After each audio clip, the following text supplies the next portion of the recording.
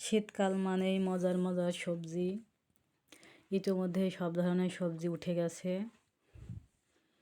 প্রায় সব ধরনের সবজি খাওয়া হয়ে গেছে আমাদের। আজকে আমি রান্না করব শিম।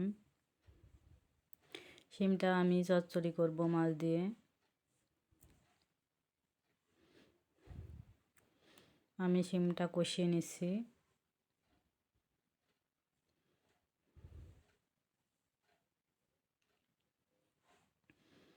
কষানো হয়ে গেলে একটু পানি দিয়ে দিব, এরপরে ভালো করে জাল করে নেব।